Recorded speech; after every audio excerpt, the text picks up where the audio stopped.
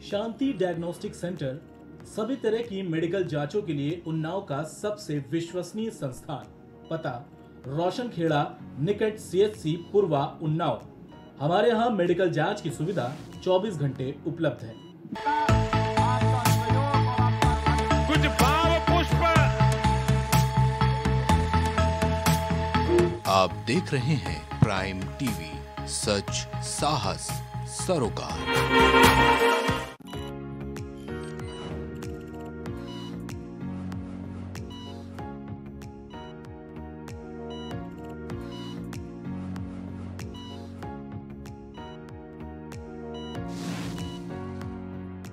नमस्कार, स्वागत है आपका प्राइम टीवी के खास कार्यक्रम हेल्थ मंत्रा में और मैं हूं आपके साथ स्वप्निल यादव। जैसे कि आप जानते हैं कि हमारे साथ हर कार्यक्रम में कोई ना कोई मेहमान हमसे स्टूडियो में जुड़ता है, तो आज इसी कड़ी में हमारे साथ मौजूद है KGMU की स्त्री एवं प्रसूति रोग विभाग की विभागाध्यक्ष प्रोफेसर SP जायसवाल। तो बहुत बहुत स्वागत है मैम आपका हमारे खास कार्यक्रम हेल्थ मंत्रा में। हमने देखा है कि जैसे जैसे हम ग्रो करते हैं डॉक्टर, तो वैसे वैसे हमारी लाइफ स्टाइल में चेंजेस आते हैं, एनवायरनमेंट में चेंजेस, हमारी लाइफ स्टाइल का चेंजेस हो जाते हैं। ऐसे में कैंसर बहुत तेजी से आगे बढ़ रहा है और लोगों में परेशानियों का सबब बन गया है और सबसे ज्यादा महिलाओं में ब्रेस्ट कैंसर के बाद ओवेरियन कैंसर ने जगह ले ली है। तो क्या है इसकी वजह कि ओवेरियन कैंसर इतना जल्दी बढ़ता क्यों जा रहा है महिलाओं में? अगर हम अपने भारत के सिनेरियो को देखें तो ब्रेस्ट कैंसर के बाद सेकंड कैंसर जो होता है वो सर्वाइकल कैंसर होता है, जो कि बच्चेदानी के मुंह का कैंसर होता है, और अंडाशय का कैंसर जो है वो थर्ड प्लेस पे आता है। लेकिन अब पूरे वर्ल्ड का हम देखें तो हमारे वर्ल्ड के सिनेरियो के हिसाब से जो ओवेरियन कैंसर है वो सेकंड प्लेस पे आता है। ओवेरियन कैंसर के साथ प्रॉब्लम क्या है? जैसे सर्वाइकल कैंसर में थोड़ा खून जाना, पानी जाना, इस तरह की परेशानी होती है, तो मरीज अगर थोड़ा सा भी कॉन्शियस हो या स्त्री अपने विषय में थोड़े से भी जानकारी रखती हो तो तुरंत अस्पताल पहुंच सकती है। लेकिन जो ओवेरियन कैंसर होता है ये साइलेंट डिजीज़ है और साइलेंट किलर कहलाता है, क्योंकि ये अंदर अंदर बढ़ रहा होता है और पता भी नहीं चलता है कि उस महिला को ओवेरियन कैंसर हो रहा है। जब उसको कोई परेशानी होती है, जैसे भूख न लगना, पेट में सूजन आना, पेट में पानी भरना, या कभी कभी माहवारी में गड़बड़ी होना, इवन बच्चियों में ये ओवेरियन कैंसर इवन बच्चियों में भी हो सकता है। सर्वाइकल कैंसर तो रिप्रोडक्टिव एज ग्रुप का है, जो महिला शादीशुदा होती है, जिसके बच्चे होते हैं उनको होता है। लेकिन ओवेरियन कैंसर इवन 12, 13, 14 साल की लड़कियों को भी हो सकता है और 60, 70 साल की महिला जो पोस्ट मेनोपॉजल लेडी है उसको भी हो सकता है। तो इसका बहुत बड़ा वाइड रेंज है और इस कंडीशन में पता भी नहीं चलता कि कैंसर अंदर अंदर पल रहा है जब तक कि मरीज को या महिला को जब तक कोई परेशानी ना हो। तो बच्चों में से पेट फूल रहा है, अचानक माँ कहेगी कि मेरी बच्ची का पेट फूल रहा है, या कभी महिला अपने आप ही फील करेगी कि मेरा पेट बढ़ रहा है या पेट में पानी बढ़ रहा है। इस सिचुएशन में वो डॉक्टर के पास सलाह के लिए जाती हैं। अदरवाइज क्या होता है, अरे ठीक है सब चलता रहता है, इस तरह वो थोड़ा छोटी मोटी परेशानियों को सहती रहती हैं। कैसे पता चलेगा डॉक्टर जायसवाल कि हमें ओवेरियन कैंसर हो गया है? क्या सिम्टम्स नज़र आते हैं बॉडी में और ये जो लक्षण हैं ये कैसे पता चलते हैं और किस स्टेज पर पता चलना मतलब हमारे लिए सही होता है? जैसे अभी हमने आपको पहले भी बताया है कि शुरुआत के दिनों में कुछ भी पता नहीं चलता है। जो अंडाशय का कैंसर है या ट्यूमर है वो धीरे धीरे बढ़ता रहता है। लेकिन अगर मान लीजिए अचानक उसमें ट्विस्टिंग हो गई तो एक्यूट एब्डोमेन पेन, बहुत तेज़ दर्द होगा पेट में, उस कंडीशन में आ सकती है। अगर हार्मोन प्रोड्यूसिंग ट्यूमर है तो महीने की इरेगुलरिटी की वजह से आ सकती है, या भूख ना लगना, वजन कम होना, या आप उसके पेट में पेट बढ़ना, उसमें पेट में पानी की मात्रा बढ़ना, इस तरह की परेशानी से मरीज हमारे पास अस्पताल में आती हैं। अगर महिला कभी कभी क्या होता है कि महिला जैसे किसी और जांच के लिए अल्ट्रासाउंड करा रही है और कोई परेशानी के लिए अल्ट्रासाउंड करा रही है, उसके अंदर भी अचानक ये ट्यूमर डिटेक्ट हो जाता है, क्योंकि बहुत केसेस में ये एसिम्प्टोमेटिक बना रहता है, इसलिए मरीज को पता ही नहीं चलता। लेकिन वो गई किसी और काम के लिए, अल्ट्रासाउंड उसमें कराया तो पता चला कि एक तो ओवेरियन ट्यूमर है। तो इस कंडीशन में भी वो अस्पताल में आ सकती है। कैसे पहचाने डॉक्टर जायसवाल कि ये ट्रीटमेंट मतलब ओवेरियन कैंसर का? हाँ, ये आपने बहुत अच्छा प्रश्न पूछा कि अगर वो हम कैसे समझ सकते हैं कि ये कैंसर है या और कोई ऐसे बिनाइन ट्यूमर है। उसके लिए जब हम उसका अल्ट्रासाउंड कराते हैं तो अल्ट्रासाउंड की कुछ फाइंडिंग ऐसी होती है जिससे हमें पता चल जाता है कि ये बिनाइन ट्यूमर है या मैलिग्नेंट ट्यूमर है। और अल्ट्रासाउंड के साथ अगर डॉपलर आप ऐड करा दीजिए क्योंकि आजकल तो सुविधा उपलब्ध है, हर जगह सुविधा उपलब्ध है, अल्ट्रासाउंड की भी और अल्ट्रासाउंड के साथ डॉपलर की सुविधा। तो डॉपलर में उसकी वेस्कुलरिटी बढ़ी लगे, इसमें बहुत ज़्यादा खून की सप्लाई है, बीच बीच में कई सिस्ट दिख रहे हैं, कई मोटे लाइनें दिख रही हैं, सेप्टा दिख रही हैं, कई पतला सेप्टा दिख रही हैं। तो ये ओवेरियन ट्यूमर में वेरिएबल कंसिस्टेंसी आपको दिख रही होगी, तो उससे अल्ट्रासाउंड से बताया जा सकता है। दूसरा, कभी अगर एडवांस स्टेज में ओवेरियन कैंसर हो गया है तो उसके हमें सेकेंडरीज मिलते हैं कि मतलब ओमेंटम में भी इन्फिल्ट्रेशन है, बावल के ऊपर भी इन्फिल्ट्रेशन है, लिवर और आप आसपास भी कहीं इन्फिल्ट्रेटेड है। तो इस तरह की चीज़ों से भी आप उसको डायग्नोस कर सकते हैं। अगर ऐसा कोई भी ट्यूमर का केस हमारे पास आता है, चाहे वो छोटी बच्ची हो, चाहे एडल्ट एज हो, चाहे पोस्ट मेनोपॉजल लेडी हो, तो उस अल्ट्रासाउंड के साथ साथ फिर हमें कुछ ट्यूमर मार्कर कराने पड़ते हैं जो कि हमें ये बताते हैं कि इसको ओवेरियन कैंसर है। कॉमनली जो ओवेरियन कैंसर होता है वो एपिथेलियल टाइप का कैंसर होता है, जो उसमें CA-125 बढ़ा रहता है। हालांकि CA-125 is a tumour marker, वो और भी कंडीशनों में बड़ा मिल सकता है, लेकिन अगर ओवेरियन ट्यूमर के साथ बढ़ा हुआ है तो इसका डॉक्टर को कॉन्शियस हो जाना चाहिए कि ये क्यों बढ़ा हुआ है। उसके बाद और साथ और भी कई ट्यूमर मार्कर हैं, तो ब्लड के जांच में हम ट्यूमर मार्कर ले लेते हैं, अल्ट्रासाउंड और डॉपलर से हम उसकी ये किस तरह की पिक्चर है ये देख लेते हैं, और साथ ही पूरे एब्डोमेन में देख सकते हैं कि कहाँ कहाँ फैला है। इन सब चीज़ों को देख करके हम कह सकते हैं ये कैंसर है।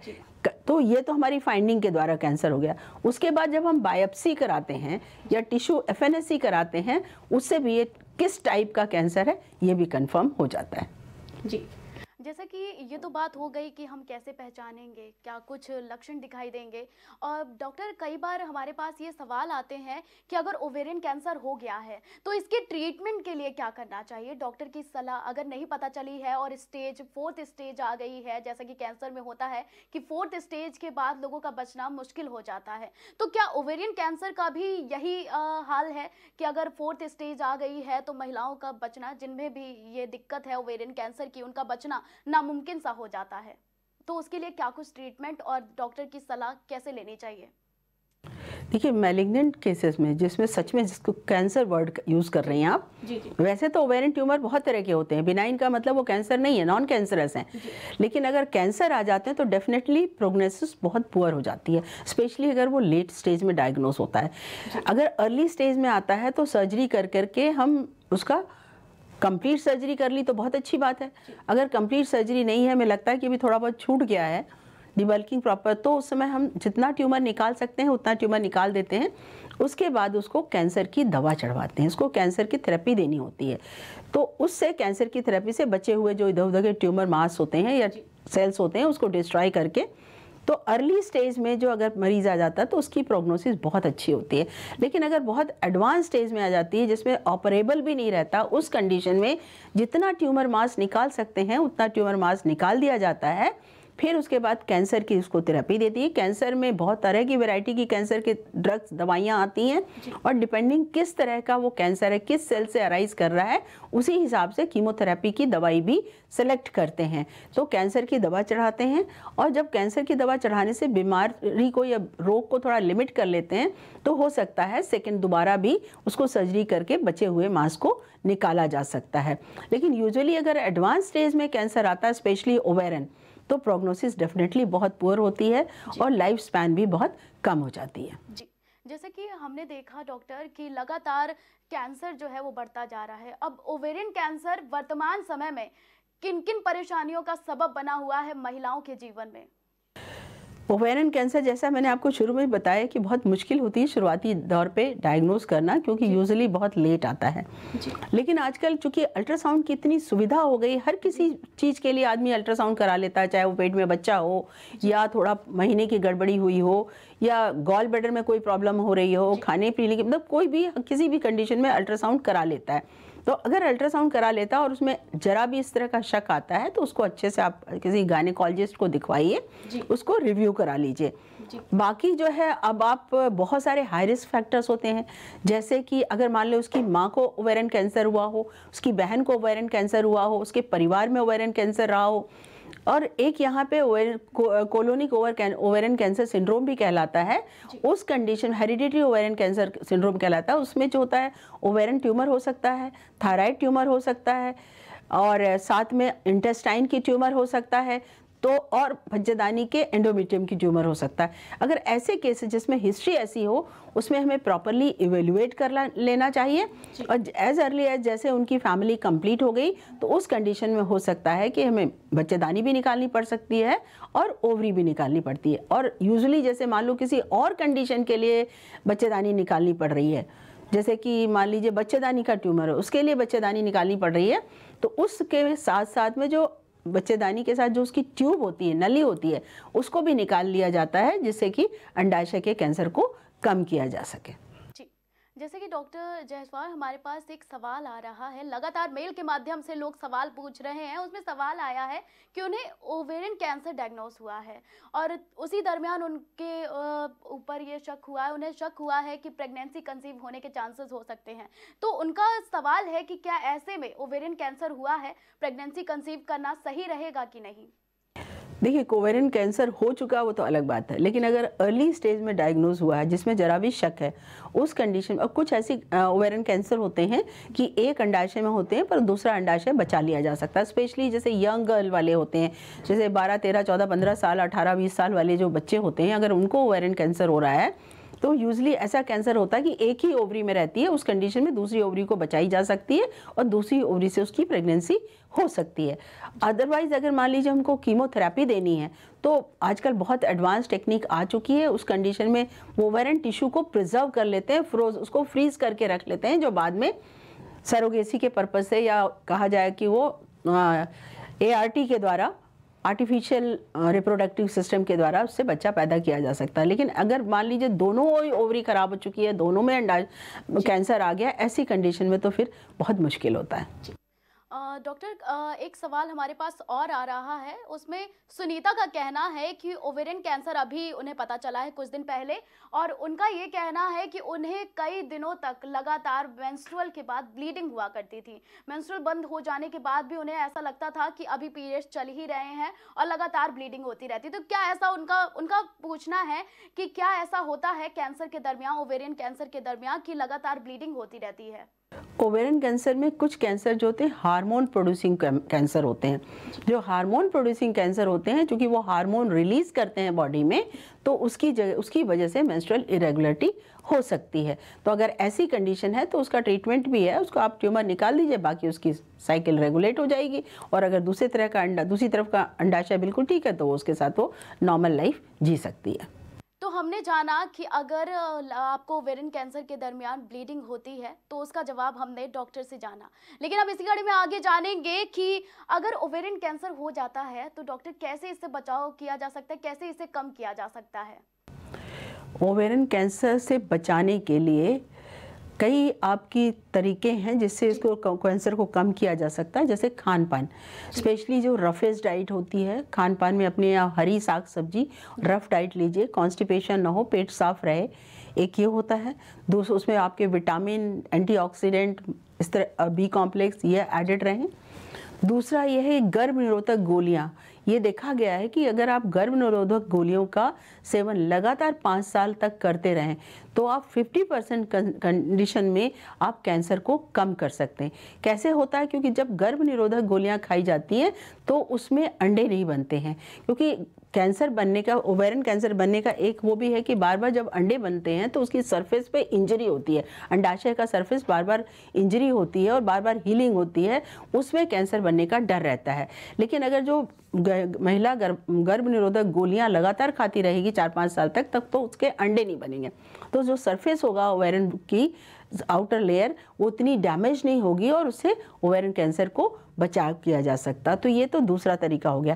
तीसरा तरीका ये है कि जो भी हाई रिस्क केसेस होते हैं, जैसे जिसमें कैंसर होने के चांसेस ज़्यादा रहते हैं, उनमें आप उसकी स्क्रीनिंग प्रोग्राम कर दें। यूनिवर्सल स्क्रीनिंग एक्सेप्टेड नहीं है, क्योंकि आप हर मरीज़ को, जैसे कि सर्वाइकल कैंसर में यूनिवर्सल स्क्रीनिंग करके आप अर्ली जांच करके आप कैंसर को अर्ली स्टेज में शुरुआत के दौर पे पकड़ सकते हैं।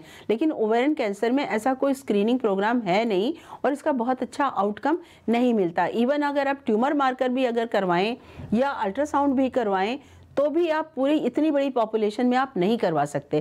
तो ये स्क्रीनिंग बिल्कुल भी रिकमेंडेड नहीं है।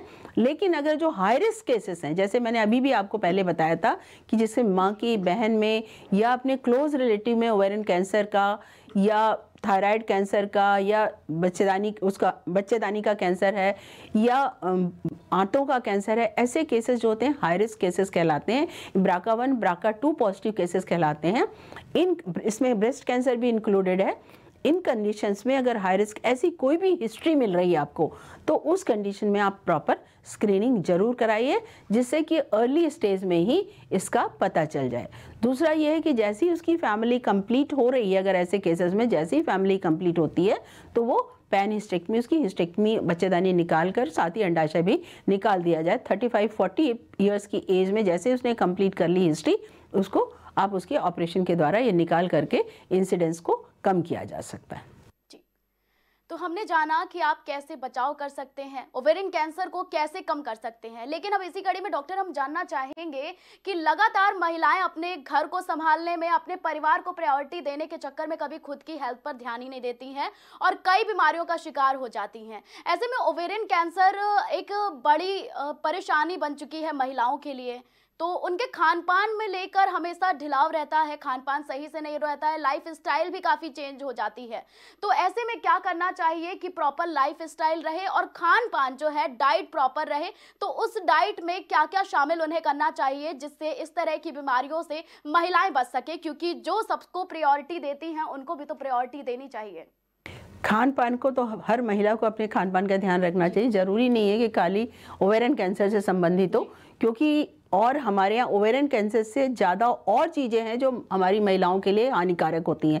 जैसे कि एक हीमोग्लोबिन की कमी समझ लीजिए, कहिए छोटा सा है कि हीमोग्लोबिन कम है, लेकिन ये हीमोग्लोबिन जानलेवा हो जाता है, स्पेशली अगर महिला गर्भवती हो गई हो और प्रेगनेंसी के दौरान और डिलीवरी के दौरान उसको ज़्यादा खून जा रहा हो, तो वो बिल्कुल भी इसको कोप अप नहीं कर पाती है और उसमें उसके जान जाने की चांसेस बन जाते हैं। तो एक तो सिंपल सी बात है, ये भी खाने से रिलेटेड है, क्योंकि हमारे यहाँ अक्सर यही होता है कि महिलाएं सबसे बाद में खाना खाती हैं, पहले पूरा परिवार खा लेता है, फिर क्या होता है कि अरे भाई जो बचा है वही खा लो, कौन अपने लिए अलग से बनाए।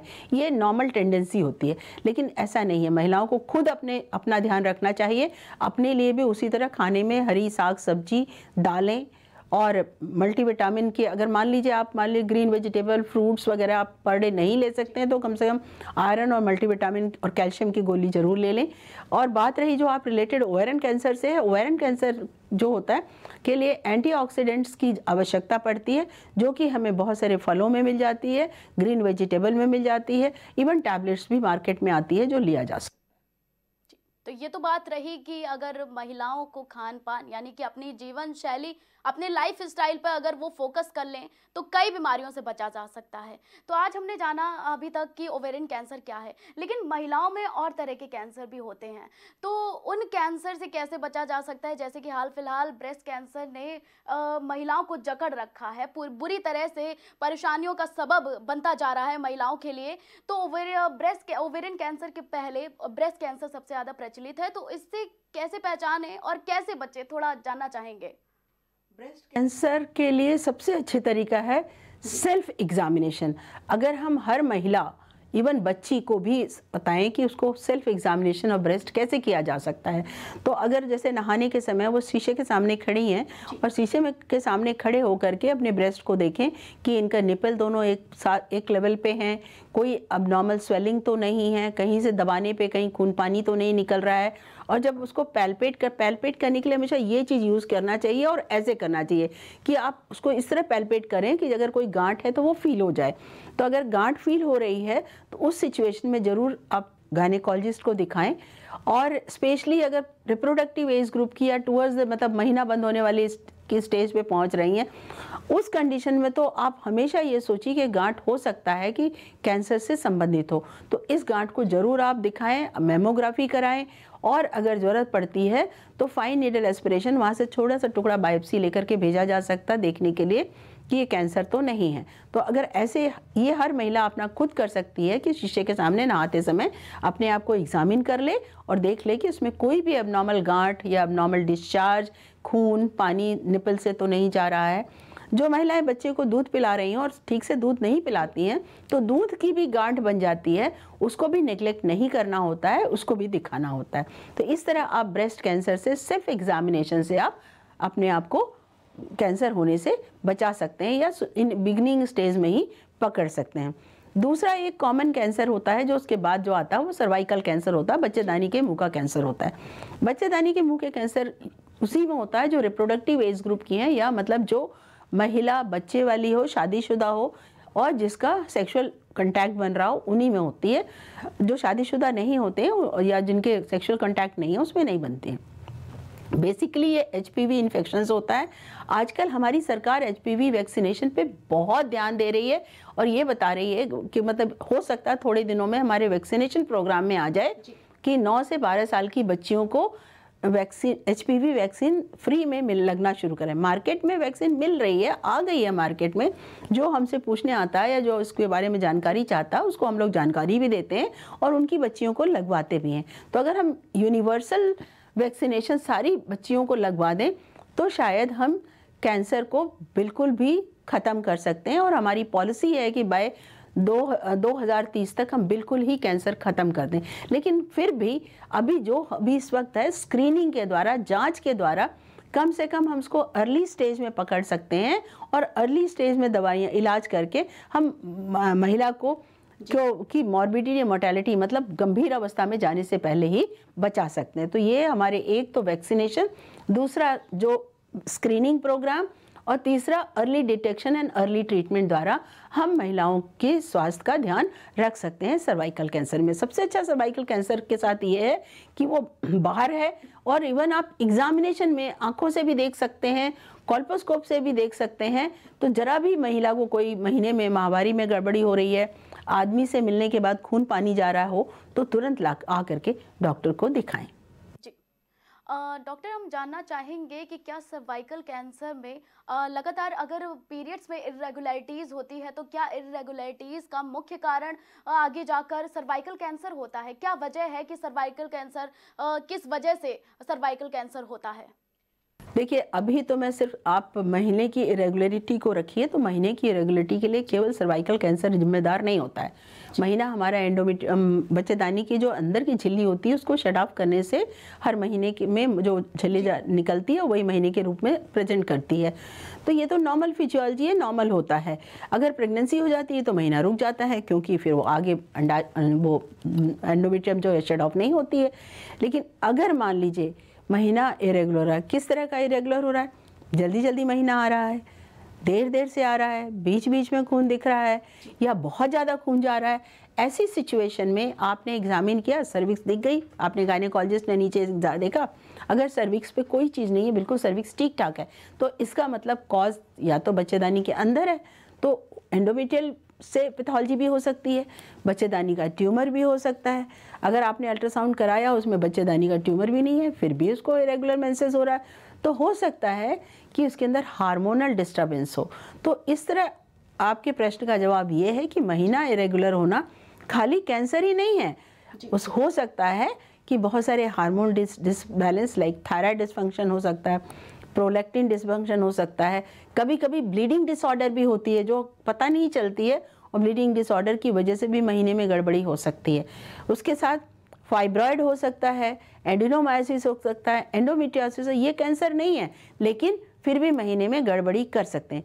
बच्चेदानी में सूजन है जो अक्सर हर किसी महिला को हो जाती है, स्पेशली वो महिला जो बार बार बच्चे गिरवाने जाती है तो उसमें बच्चेदानी में सूजन होने का डर रहता है, वो भी एक वजह है जिससे कि महीना गड़बड़ हो सकता है, जिसे कि खाली दवाइयों से, एंटीबायोटिक से ही ठीक किया जा सकता है। तो जो भी अगर वजह हमें पता चल जाती है और वजह का प्रॉपर इलाज कर दिया जाए तो वो प्रॉब्लम दूर हो सकती है। लेकिन अगर कोई भी महिला है, शादीशुदा है और महीने में इरेगुलरिटी हो रही है तो उसे गायनेकोलॉजिस्ट को जरूर दिखाना चाहिए। तो ये तो बात हो गई कि ब्रेस्ट कैंसर कैसे होता है, क्यों होता है, और सर्वाइकल कैंसर कैसे होता है, क्यों होता है। इसी कड़ी में हम जानना चाहेंगे कि ब्रेस्ट कैंसर और सर्वाइकल कैंसर से डॉक्टर कैसे बचा जा सकता है, कैसे इसे कम किया जा सकता है। जैसे हमने जाना कि ओवेरियन कैंसर कैसे होता है और कैसे इसे कम किया जा सकता है, उसी कड़ी में हम ये भी जानना चाहते हैं। अभी मैंने इसने शुरुआत में ही आपको बताया था कि अगर ब्रेस्ट कैंसर को आप लेती हैं तो सेल्फ एग्जामिनेशन एक तरीका है जिसकी वजह से आप जल्दी उस चीज़ को पकड़ सकते हैं और जल्दी उसका इलाज शुरू कर सकते हैं। इसी तरह सर्वाइकल कैंसर के लिए ये है कि अगर आपको महीने में कोई भी गड़बड़ी हो रही है तो तुरंत आप डॉक्टर को दिखाएं, पैप्समेयर करा सकते हैं, LBC करा सकते हैं और कोल्पोस्कोपी करा सकते हैं। बहुत सारे तरीके हैं जिससे सर्विक्स के मुंह को देख करके अगर कैंसर है तो वहाँ से डायरेक्ट बायोप्सी ले करके कंफर्म किया जा सकता है कि इसको सर्वाइकल कैंसर होने वाला तो नहीं है। तो अगर ऐसा है तो उसको देखा जा सकता है, उसके साथ उसका इलाज किया जा सकता है। हर तरह का इलाज उपलब्ध है। आप सर्जरी में भी जा सकते हैं, आप दवाइयों पे भी जा सकते हैं, पर कैंसर के इलाज के लिए आपको सर्जरी पे ही जाना पड़ सकता है क्योंकि वो कैंसर एक ऐसी चीज़ है जो खाली मेडिसिन से नहीं ठीक हो सकती। लेकिन अगर मान लीजिए कोई और वजह है जो कैंसर की नहीं है, कैंसर से संबंधित नहीं है, तो उस कंडीशन पे आप दवाइयों से भी आपका इलाज हो सकता है। तो ये तरीका है। तीसरा आपको बताया कि वैक्सीनेशन, यूनिवर्सल वैक्सीनेशन जो कि आज गवर्नमेंट बता रही है और हो सकता है कि आ जाए, वैसे जल्दी सरकार की तरफ से वो उपलब्ध हो जाए।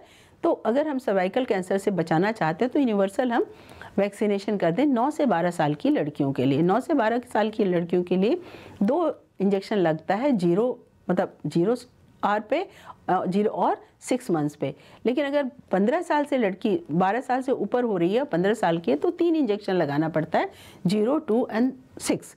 और इवन जो महिलाएं हैं 45 साल की महिलाओं तक के में भी ये इंजेक्शन लगाया जा सकता है। तो अगर आप अफोर्ड कर सकते हैं आप उनको जानकारी दीजिए और इस जानकारी से अगर महिला चाहेगी तो ये इंजेक्शन लगा करके, पर ये इंजेक्शन लगाने का मतलब ये नहीं है कि उसके बाद उसको स्क्रीनिंग नहीं कराना, उसके बाद भी उसको चेकअप कराना है क्योंकि वो सेक्सुअली एक्टिव है। तो आज हमने डॉक्टर SP जायसवाल से जाना कि ओवेरियन कैंसर क्या है, कैसे होता है, इससे बचा कैसे जा सकता है, खान पान में क्या कुछ ध्यान देने वाली बात होती है, ये भी डॉक्टर ने आपको बताई है और आपके कई सवालों के जवाब भी हमने इस कार्यक्रम के जरिए आपको दिए हैं। तो डॉक्टर SP जायसवाल, आपका हमारे खास कार्यक्रम में हमारे स्टूडियो में आने के लिए बहुत बहुत धन्यवाद। धन्यवाद आपको भी, आपने हमें बुलाया। नमस्कार। तो फिलहाल हमें दीजिए इजाजत और आप देखते रहें प्राइम टीवी का ये खास कार्यक्रम हेल्थ मंत्रा।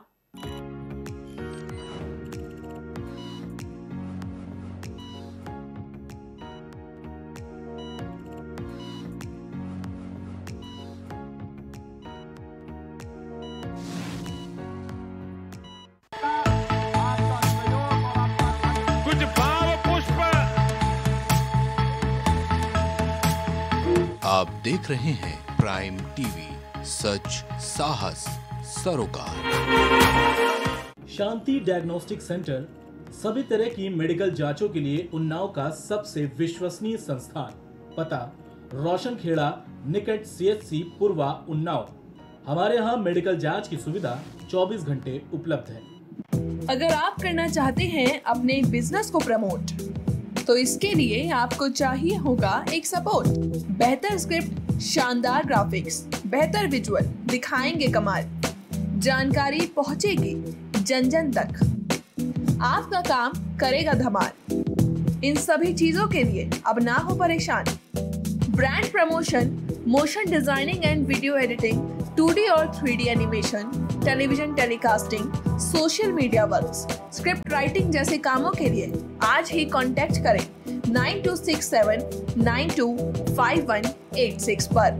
इसी के साथ ही आप हमें जीमेल भी कर सकते हैं vikasproduction.gfx@gmail.com पर।